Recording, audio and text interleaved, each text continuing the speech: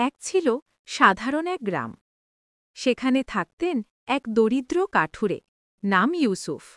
সারাদিন কঠোর পরিশ্রমের পর রাতে বাড়ি ফিরেই তিনি ক্লান্ত হয়ে পড়তেন।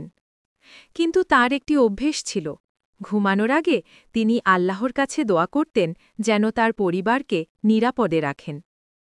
এক রাতে গ্রামে ভয়ঙ্কর ঝড় হল। চারদিকে বিদ্যুতের মতো শব্দ, গাছপালা ভেঙে পড়ছে।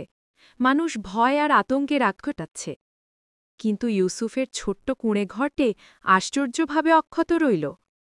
পরদিন লোকজন জিজ্ঞেস করল, ইউসুফ ভাই, আপনার ঘরটা বাঁচল কিভাবে? আমরা তো ঘুমাতেই পারিনি। ইউসুফ লজ্জা পেয়ে নিচু স্বরে বললেন, আমি তো জানি না আল্লাহর রহমত কত বড়।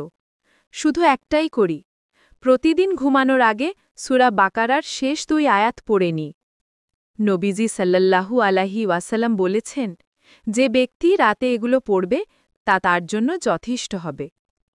গ্রামের লোকেরা অবাক হল।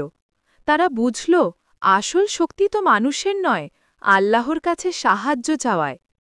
সেদিন থেকে গ্রামের সবাই রাতের আগে এই 2 আয়াত পড়া শুরু করল।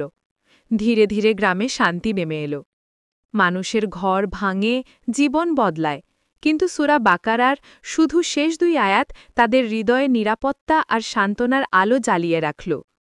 শিক্ষা: আল্লাহর কালাম শুধু শব্দ নয়, এগুলো মুমিনের জন্য ঢাল, আলো ও রহমত। আর সূরা বাকারার শেষ 2 আয়াত সেই রহমতের দরজা খুলে দেয়। আমিন।